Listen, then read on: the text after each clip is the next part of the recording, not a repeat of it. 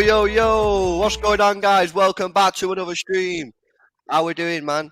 We've got a man like AGT in the house from the COP TV and DR Sports. Man's been getting about, I've seen him on his Instagram, can't lie, a bit jealous. What, in Qatar? Just a bit jealous, bro. Yeah, no, honestly, it was incredible experience, bro, and one I'll never forget. You know what? When you come back from something like that, as a Mm. presenter, you think, well, what am I going to do now? How do you top that? Do you know what I mean? Like, how do you actually go, Like a peak, yeah. yeah, bro? So I've come back, and obviously the first video I've done is on City Extra. So that's how I come back, mate. That's what we're doing. Hey, some will say this is the top of the mountain. Who knows? Some might say we will find another way. What a tune. Um, Little bit of a big game tomorrow, Little guys. bit, mate, yeah. As you'll know, City are taking on Liverpool in the Carabao Cup. We've just done part one of the preview over on the COP TV. So if you've got a little bit of time after this, maybe go check it out. Defo check it Obviously, out. I've tagged them in the title, so you can easily go over there. Just sort of like on a sort of high level summary here. What's your vibes about this game? What you feeling about this game?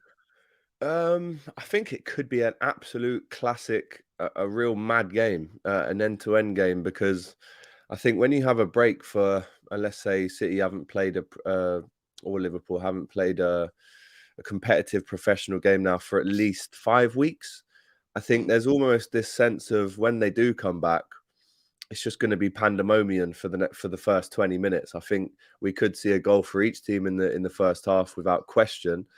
And there's no real way of knowing, is there, really, how it's going to go? I mean, we can say what we want, but the one thing I can say is that I do think this is a game with goals. I do think it's end to end. I do think, because that's what cup games are, and chuck in the fact that it's the biggest two teams in the country, or the most successful two teams in the country in the last 5 years. Chuck in the fact as well, Klopp versus Pep. Chuck in the fact that it's a Christmas fixture. I think it's got all the recipes to be an absolute thriller. I mean, we just said on the COP TV, I won't spoil it, but you and I, we're both backing our teams, obviously, but we do think it's going to be close. So mm, I'm just hoping for a bit of madness, to be honest, mate. mm. I'm just hoping for a proper cup tie under the lights at the Etihad. Could be cards, definitely will be goals. And I'm looking forward to it, man. It's the first game, like I said, in 5 weeks. So I can't wait for the kickoff on this one, man. I can't wait. Yeah, me too. A lot of people will be wondering. Obviously, so some people in the chat, big football fans will just be watching every single game. But for the fans that haven't really watched many Liverpool games this season, they're going to be looking at your record this year. If you look in the league, you've already lost 4 games. That's double the amount that you lost last season. Yeah, horrible that. What's happening here? You know what I mean? And how could City look to potentially expose whatever's going wrong at Liverpool? I think hopefully, and I say this with all my heart, hopefully this break has allowed us to look at those issues that have been causing us big problems in the first half of the season, and hopefully we can look past them. To be honest, bro, like whenever people ask me what's gone on at Liverpool, I couldn't really tell you, because Mm, it's not as if we didn't have the players there. I mean, yes, we've had a couple of massive injuries, right? Diaz, for me, is such an unpredictable player, such a direct player. You're going to miss him if he's not around, right? And he comes back, he gets a MCL injury at Arsenal, puts him out for 3 months, comes back, and then does the other side of his kneecap. So that's two separate injuries, bro, we're yeah, talking about. And now he's out massive. till March, right? Um, Jota is back in training, light training. So hopefully we can see him, maybe, if not this side of the year, then maybe one of the first games in the new year. But apart from those injuries, obviously Thiago's been out, in and out. There's been a couple of other players that have been in and out, but apart from them, I can't really tell you what it is. It's a mixture of a lack of complacency. Um, well, I mean, obviously not a lack of complacency, just being complacent. I wish there was a lack of complacency, but there's a mix of that. There's a mix of not really playing to how we should be. I can't really put my finger on it, Lou, and it's difficult to really pin down one or two things that I think have caused this lack of form, which again has led to 4 defeats. Which I think if you add up our defeats across the last 3 seasons, we don't even get to 4, mate. So that is just Mm, raising eyebrows and then some. But as I said, hopefully this break that we've had has allowed us to address these issues. And if they haven't, then it's a big problem. Because I always said, if we're still playing like this in January, February, March, then I'm really going to worry. because the time's ticking for us to get this top 4. And obviously, the objective has changed since the start of the season. No one can tell me, including you, that you weren't expecting Liverpool to go for the title again this season. We all were. We knocked No we way. off your perch, and then we went again, couldn't win it. And then last season we knocked it. Well, you beat us by a point, so the expectation has changed from title contenders to now we've just got to get top 4. And if we're still playing, if we're still not winning games like we were last year with the same team pretty much in February, then I really will start to worry. But as I said, hopefully this break has allowed us to address those issues. Yeah, so I mean, in terms of that, then I mean, this game is really quite big for Liverpool. Then, and this, I'm Massive, not saying mate. this is just if this comes across as a patronising. This isn't really meant to come No, across in it's a massive. patronising way. But like, obviously, it's you're not going to win the league now, so that's already one trophy down. You know, you're still in the Champions League. Anything can happen there. Liverpool's record in the Champions League is Real Madrid, phenomenal, though. and Real Madrid, yeah, but still, you know what I mean. Like, Still can do it. you still can do it. But in terms of like the Premier League, that's gone. You know, FA Cup, anything can happen there. So what we're saying now with the League Cup is something that surely Liverpool, if they want to win some silverware, probably, and we mentioned this on the stream before, you know, a lot of teams have already been knocked out at this one. If whoever wins this game, basically for me, should win the competition. Yeah, so I agree, mate. Liverpool have a massive, you know, should have a massive intention to go out there tomorrow night. And it's at the Etihad, obviously not going to be easy for them, but this is a trophy that you can win. And, you know, I like this trophy. We mentioned it before. I like this trophy. And if Liverpool, what Liverpool want to be doing is, okay, yeah, you want to be winning the big trophies, but you want to be winning trophies every year because it builds that winning mentality of I don't care what the trophy is. We want to win all the silverware. We want to be greedy. That's what you want to be. That's what your club wants to be. Yeah. So for me, I think Liverpool will be really desperate to go and beat City, not just because it's City, but because if they win it, whoever wins it should go on to win the trophy, innit? 100% agree with you, mate. I mean, like I said on my video, I was at the League Cup final against Chelsea. I was at the FA Cup final, and there wasn't one part of me in any of those games that thought, oh, this trophy's not that big. I'm not really too bothered if we don't win it. You're just mad if you think that. I genuinely don't think you can call yourself a proper footballing person if you believe that this is not a big trophy. Every club should be wanting to win this one. And if Liverpool win tomorrow night, I mean, they probably have to face United if they win their game as well. I think Newcastle might be in it still as well. Newcastle, I don't. Who else is in this? We haven't played a game in this competition for about 2 months. So Newcastle are in it. They won yesterday. They played yesterday against Bournemouth. So they're through. They're obviously danger. They're a good side, them, aren't they? Newcastle. Mate, Newcastle are the ones that everyone needs to now worry about. I mean, if it's Newcastle United in the next round, if United win their game, then that's great for us, I guess, if we win or you win. So it's not exactly a game or a competition that is littered with the Chelseas, the Arsenals, the Tottenhams that are still in it. You're right. If we win this, we'll be the favourites. If you win it, you'll be the favourites. But you're also right about the winning mentality. I don't think Liverpool maybe win the FA Cup if we didn't win the League Cup back in February or whenever it was, February, March this year. It does create that roll-on effect. Now, if you look back at City's trophies that they've won after they've just won a League Cup, there's no way you can tell me that League Cup win didn't help, right? Everyone's going mad in the changing rooms, the music's playing. I mean, take away the actual trophy itself. If you play back those celebrations in the change room, it could be a Premier League that you're celebrating. You know, players celebrate trophies. I think, listen, if it's a World Cup, you might celebrate it a little bit more. But we've won a lot of trophies in the last few years. And if you showed me the dressing room celebrations, I could say, oh, that could be a League Cup, could be an FA Cup, could be a Champions League, could be a Premier League. So I don't agree with anyone who slags off this competition. It is, you know, football heritage, really, when you look at the years it's been going for. You know, you said just then Liverpool have won this competition the most times. You've won it the second most times. So if you win it this year, you're on level with Liverpool. If we win it, we go a little bit further ahead. So I do think this is almost like the City-Liverpool Cup, almost, or it has been for the last 5 years at least. So probably because you know what it is, mate.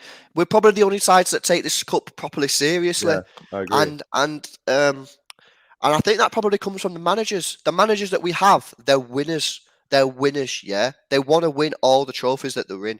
And it actually annoys me. It Me annoys me too. for two reasons. It annoys me. The first reason it annoys me that other teams don't take it seriously is because they can win the competition. Because while Yeah. City and Liverpool take this competition seriously, they don't take it 100% seriously. They do change it a little bit. If you look at the starting 11s, they will make changes. So when you see opposition teams start weaker sides, you're just like, what are you doing? And the other reason it annoys me is because whenever we win it, it's like, oh, it's City again.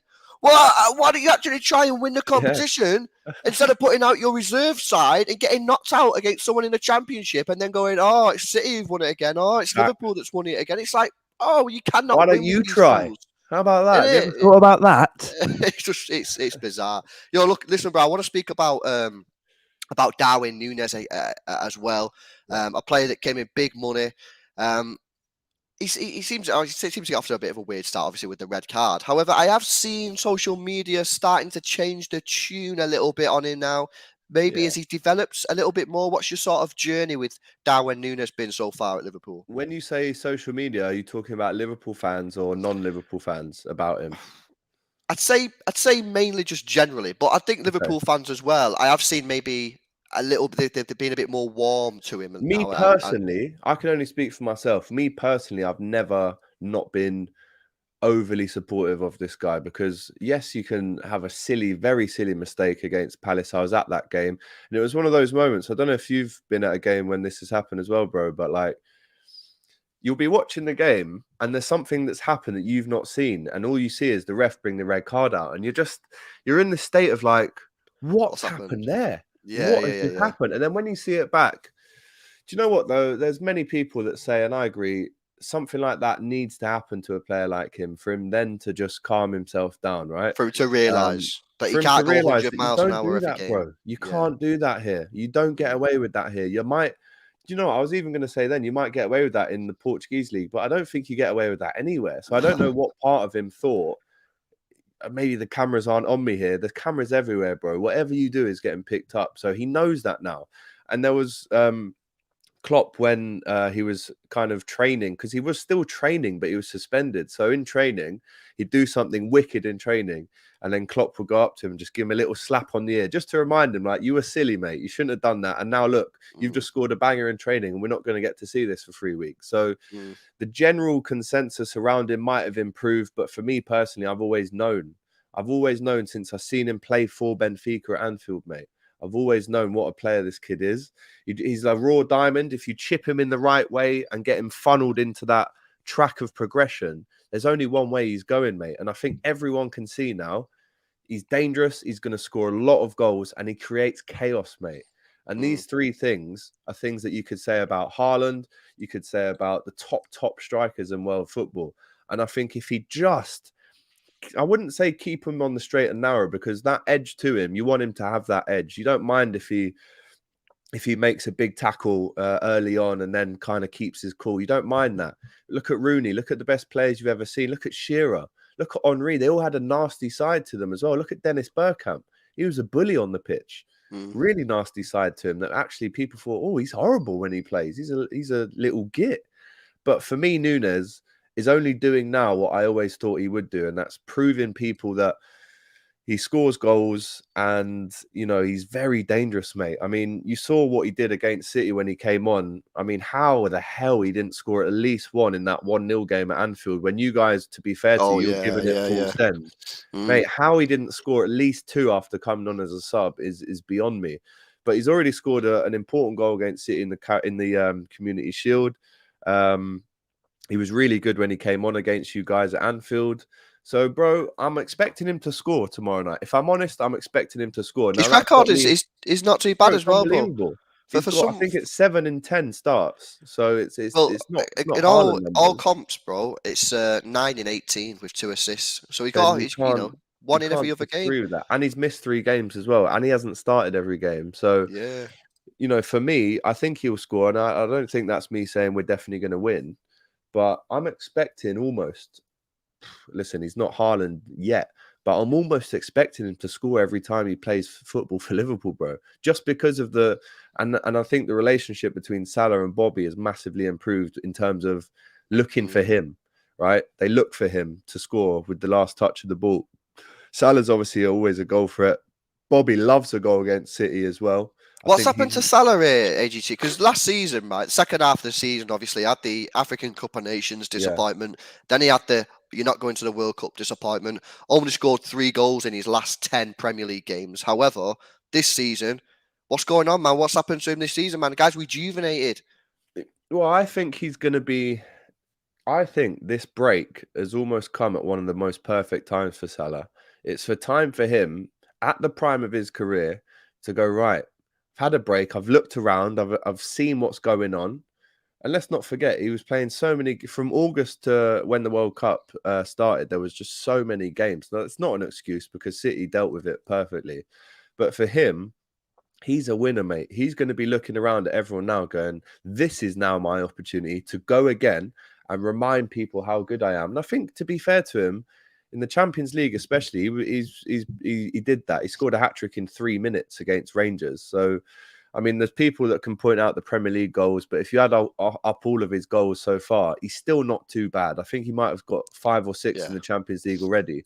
So we're talking about Nunez numbers, really, that you just mentioned in terms of all comps. So I think, personally, this is Salah. That you don't want to play Salah when he's had a break like this, in my opinion. I think he's going to be absolutely raring to go. And again, I expect him to do well in the game. I expect him to at least assist or score in the game. Yeah, he's back. Which is his goal against City as well. Like he knows how to play against City. Which begs the question as to, and I know you can't answer it, but again, it begs the question as to why has the start from Liverpool this season been so poor? 4 draws, 4 losses in 14 games. I mean, it's just insane. Bro. It's just insane. And I accept in some of them games, you've been unlucky. I remember watching the Nottingham Forest game. I mean, how you didn't win that match, I have absolutely no idea. I mean, it was pretty funny from a City point of view. That game, mate. But my missus is from Nottingham, and her dad's a Forest fan. And for all the years, I've been with her for 7 years, he's not been able to chat to me once. And then he's given me the old texts and all this bollocks when they won. It was horrible to watch that game, mate. Horrible. I bet. Yeah. Well, I'm looking forward to the game tomorrow. I think, like you said at the start of the stream, I think it's going to be, in my opinion, I think we could be in for a cracker here. Guys, if you want to see the score predictions, you want to see the starting 11s, go over to the COP TV. We just done it on there.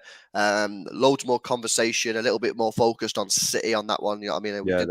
We did it on this one, so you could learn a little bit about. Big chat on Alvarez as well. Yeah, big chat on Alvarez there as well. So it might be worth, if you've got nothing to do, go check it out. Just hit the tag in the title, and it'll send you right over there. AJT, best of luck, brother. Nice one, bro. See you on the other side. For everyone else, hopefully you've enjoyed it. Make sure you smash a like on the stream if you've not done so already. Subscribe to the channel as well if you're new. Go check out the COP TV. Top man.